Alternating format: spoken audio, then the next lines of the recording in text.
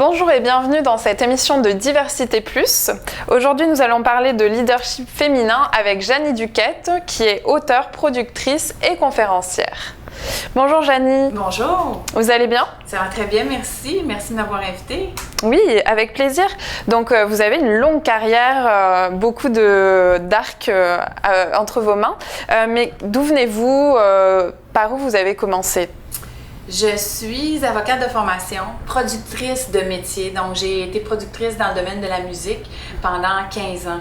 J'ai travaillé surtout avec des artistes masculins, que ce soit ici au Québec avec La Chicane, Boum Desjardins, Danny Bédard, Corneille et Jonas.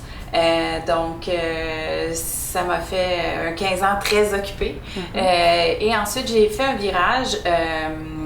Vers la fin de 2014, j'ai eu envie de raconter mon expérience d'entrepreneur femme.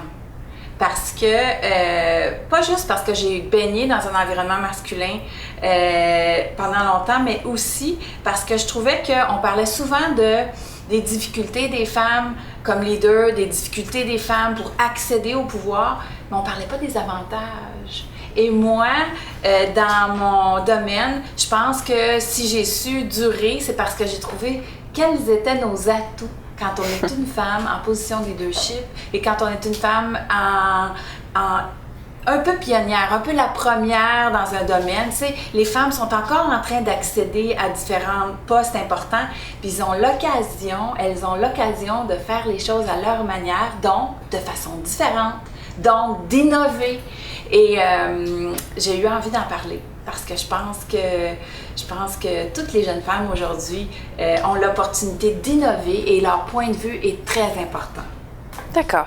Et est-ce que justement c'est ce que vous dites dans votre livre, donc les 7 clés du leadership féminin? Entre autres, c'est ce que vous essayez de promouvoir? La première partie du livre, c'est certains conseils. Parce que c'est sûr que les gens vont me dire, le leadership féminin, pourquoi c'est différent du leadership masculin? Tout simplement parce qu'on n'a pas à traverser les mêmes obstacles. Hein, les obstacles sont différents quand on est une femme et quand on est un homme. Il ne faut pas se mettre la tête dans le sable, là. On a encore des choses, des difficultés qui nous appartiennent bien à nous. T'sais, je donne un exemple. T'sais, on dit souvent aux femmes, prenez votre place, dites-nous ce que vous pouvez nous apporter dans les meetings. Là. Dites que votre opinion est importante.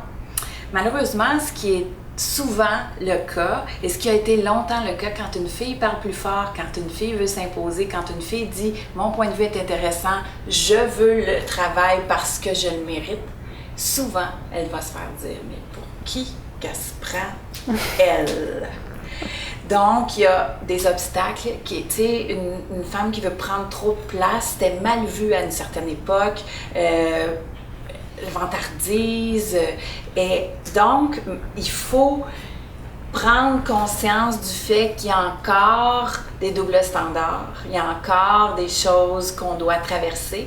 Donc, ça vaut la peine de se donner des astuces pour les traverser. Donc, ça, c'est la première partie de mon livre. Donc, je donne des astuces pour traverser les doubles standards. La deuxième partie du livre, c'est, je pense, j'ai essayé de trouver ce qui m'a permis de me démarquer, moi, comme femme dans mon domaine. J'avais une sensibilité différente, j'avais une façon bien à moi de voir les choses et ça m'a permis de me différencier de mes collègues compétiteurs qui étaient tous des hommes. Ma vision au féminin m'a apporté un avantage et c'est ce que j'essaie de donner aux filles, les 7 avantages qu'on peut avoir, nous, en tant que femmes, pour mieux se démarquer dans tous les aspects de notre vie. D'accord, donc vous voulez être une sorte de mentor pour les femmes, c'est ça? D'aujourd'hui qui veulent créer, être entrepreneurs?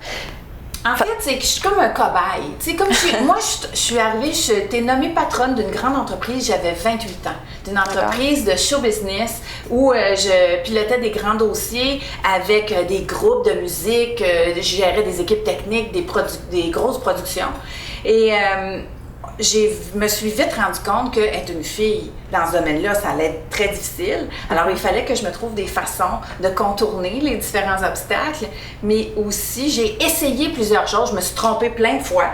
Et ça aussi, je veux en faire part à mes collègues féminines parce que s'ils peuvent éviter de faire les erreurs que moi j'ai faites, ça va être un petit peu plus agréable leur parcours. Alors, tu sais, j'ai voulu mettre...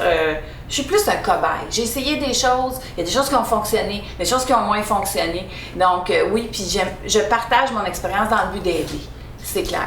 D'accord. Puis je sais aussi que vous partagez cette expérience à travers une organisation qui s'appelle Alma Mater. Mais qu'est-ce que vous faites? Quelle est la mission de Alma Mater? De promouvoir et de soutenir le leadership au féminin par le biais de différentes initiatives. Donc, le livre, c'était une chose. Je fais aussi également plusieurs conférences tout au long de l'année, que ce soit pour des associations de femmes d'affaires en entreprise ou pour des étudiants. Donc, j'essaie de propager la bonne nouvelle. Être une femme aujourd'hui, c'est un avantage. Il faut en profiter et savoir en profiter tout en sachant contourner les différents obstacles. Alors, j'aime propager la bonne nouvelle. Je dis souvent, je suis un peu comme le vent. La flamme est déjà là, la braise est là, mais je souffle dessus pour que le feu prenne. Tu sais, on dit que je suis très motivante quand je vais donner des conférences. C'est un peu le but, parce que je trouve que toutes les filles sont des championnes du monde. Tu sais, aujourd'hui, les femmes, depuis des années, gèrent leur vie personnelle, leur vie professionnelle et leur vie familiale. Ils ont 1 million de responsabilités. Puis, on parle souvent des difficultés, mais les femmes savent trouver des solutions, savent tirer leur épingle du jeu. Elles sont extraordinaires. Les femmes sont toutes des PDG à amener toutes ces différentes sphères de leur vie et de trouver un équilibre là-dedans. Je pense qu'elles méritent notre admiration et souligner la grandeur de ce qu'elles sont. Je le fais aussi dans le cadre d'une grande production qu'on fait chaque année pour la Journée internationale de la femme avec ma collègue Marie-Lise Pilote, qui est une humoriste au Québec. On fait un grand spectacle où on met en scène des femmes extraordinaires, qui ont des histoires à nous raconter, des femmes connues, oui, mais aussi des femmes qu'on connaît moins, mais qui méritent d'être connues. Parce que je trouve qu'il y a tellement de femmes qui accomplissent l'impossible dans l'ombre. Alors, l'intention avec Femmes Ensemble, qui est ce spectacle-là, c'est de leur donner de la lumière, de leur donner des paillettes de la musique et une occasion de se faire connaître du grand public. D'accord. Et selon vous, quels sont les 4 points, si vous avez 4 points à donner, positifs d'être une femme pour monter un business ou créer quelque chose par rapport à un homme, par exemple? Notre façon de faire les choses en entreprise, c'est déjà notre façon de voir les choses. En fait, c'est quoi? Qu'est-ce qui est purement féminin? Prendre soin de l'autre, prendre soin des autres, avoir une vision empathique d'une situation. Pour aujourd'hui, on parle beaucoup du futur en entrepreneuriat, de l'entrepreneuriat social, d'une entreprise qui va avoir comme objectif d'aider à la communauté. Je pense que c'est une sensibilité féminine qui peut aider les entreprises à se transformer en ce sens-là. Je donne souvent comme exemple aussi, tu sais, on a une multiplicité de produits aujourd'hui, on est dans un monde de surconsommation. Quand on a le choix de choisir un produit, est-ce qu'on ne va pas choisir un produit d'une entreprise qui redonne à sa communauté, d'une entreprise qui est impliquée auprès de causes qui nous intéressent. Maintenant, l'entreprise doit avoir une conscience, doit faire des choses.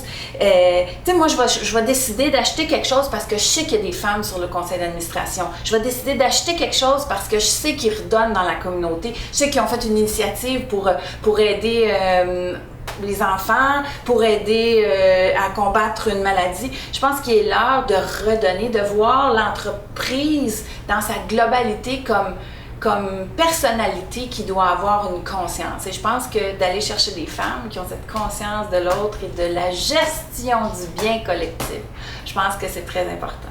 D'accord. Et selon vous, aujourd'hui, est-ce que c'est facile quand même d'accéder à des hauts postes en étant une femme, ou est-ce que les hommes peuvent nous mettre des bâtons dans les roues?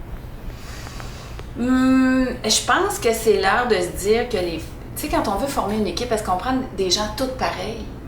Non, on prend des gens qui sont différents de nous pour faire la meilleure équipe possible. Moi, je dis pas que les femmes sont meilleures que les hommes, au contraire. Moi, je dis que la meilleure équipe au monde, c'est un homme et une femme qui travaillent ensemble à leur plein potentiel, parce que les deux ont des forces complémentaires. Alors, si on veut être entier, voir l'entreprise dans sa globalité, pourquoi pas aller chercher un point de vue plus féminin? Tu sais, un exemple simple aussi, tout produit de consommation.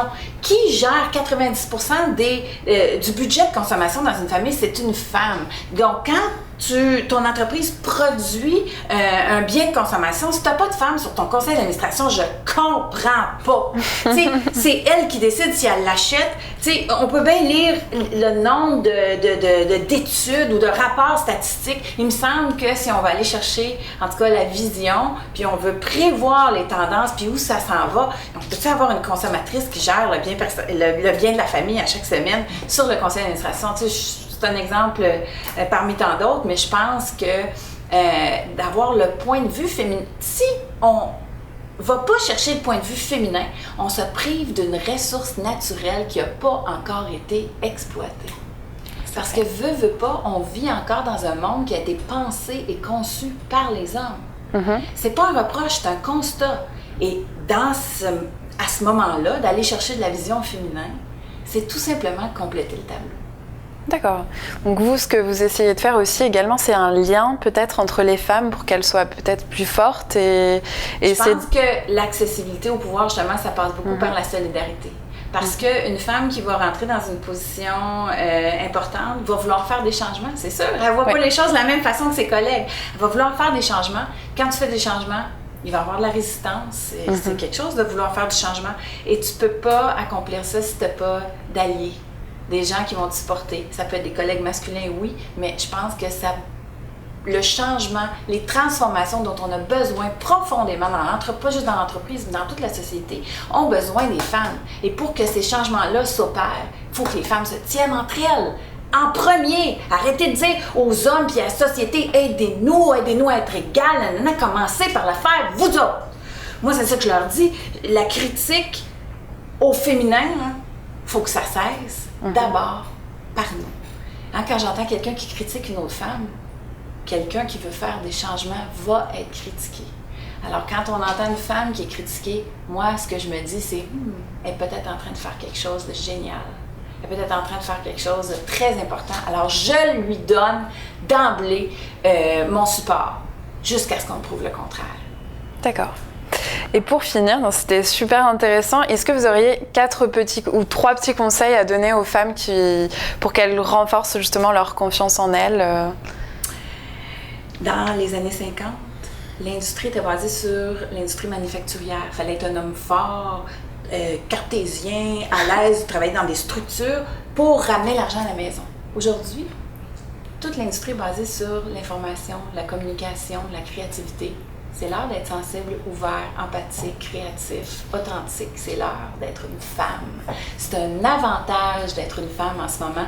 Donc, plus à avoir de complexe parce qu'on est une femme, on est importante et notre vision est importante. Donc, première chose, estime de soi, je suis une femme, je suis importante. Deuxième chose, mes collègues féminines sont tout aussi importantes pour moi. La solidarité, c'est super important. Donc, on veut opérer des changements. Les femmes peuvent changer le monde. Mais elles vont le faire si elles se tendent la main et si elles se tiennent la main entre elles. Alors pour moi, c'est super important. Troisième chose que j'ai envie de vous dire, c'est on s'est beaucoup déguisé pour faire les choses comme les hommes, pour leur montrer qu'on était capable de rentrer dans leur groupe. Mais maintenant, c'est le temps d'enlever le déguisement, enlever nos masques, puis d'être totalement femme pour pouvoir compléter mieux le tableau, amener nos propres forces et notre propre couleur à toutes les organisations, dans nos familles, dans notre communauté. Soyons femmes. Est-ce que vous vous considérez comme féministe et qu'est-ce que vous pensez des mouvements féministes en soi? Est-ce que vous êtes plutôt pour ou est-ce que vous croyez que ça crée une barrière entre nous et les hommes? En fait, c'est que moi, je prends un nouveau féministe. J'ai jamais eu peur du mot féministe. Je pense que j'étais féministe depuis que je suis toute jeune. J'avais des réflexes féministes, ne serait-ce qu'à cause de ce que je vivais, comme jeune étudiante ou professionnelle, qui a eu à traverser un parcours sur le marché du travail. Donc, c'est clair que je suis féministe. Maintenant, à une certaine époque, le féminisme, c'était d'abattre la forêt et créer un espace pour les femmes. Donc, il y a eu un moment de revendication, il y a eu un moment de combat qui a été fait et qui était à propos pendant une certaine période. Maintenant, je pense qu'on est dans l'ère de la complémentarité. Moi, je prône un féminisme complémentaire pour être les meilleurs alliés possibles des hommes. Parce qu'il faut travailler ensemble. Il y a beaucoup trop de choses à régler en ce moment pour ne pas justement aller chercher les forces de tout chez chacun puis travailler ensemble. Donc, je veux pas dire, je prône les femmes, oui, pour qu'elles prennent leur place avec les hommes. Donc, c'est une autre façon de présenter l'avantage féminin, c'est sûr, mais de concert avec nos collègues masculins. D'accord. Puis je pense aussi, je voudrais rajouter quelque chose. Je pense aussi que nous, les femmes, on s'est beaucoup transformées dans les dernières années, surtout en Amérique du Nord. On a appris à jouer le rôle des hommes. Hein? On est rentré sur le marché du travail, on s'est mis à ramener l'argent aussi, à être pourvoyeurs. Donc, on a appris à faire plein de choses. Les femmes occupent plein de places, occupent plein de rôles, particulièrement à la maison. Dans ce contexte-là, c'est pas évident d'être un jeune garçon aujourd'hui. Et où la place de l'homme là-dedans? Avant, c'était simple. Hein? L'homme était le pourvoyeur, la femme s'occupait de la maison. Maintenant, c'est plus simple. C'est compliqué. Les rapports sont compliqués entre les hommes et les femmes. Et qui fait quoi? Où le garçon va trouver sa place là-dedans? Je pense que comme femme, c'est notre rôle aussi de tendre la main aux garçons, aux jeunes garçons, aux hommes, pour aider à redéfinir quel est ce rapport-là. Maintenant qu'on sait tout faire, on ne veut pas tout faire. Alors, on veut le faire avec les hommes. Alors, ensemble, retrouvons quelle est la meilleure formule pour refaire un équilibre qui va nous plaire à tous. Un plaisir de vous recevoir et puis à bientôt. Merci.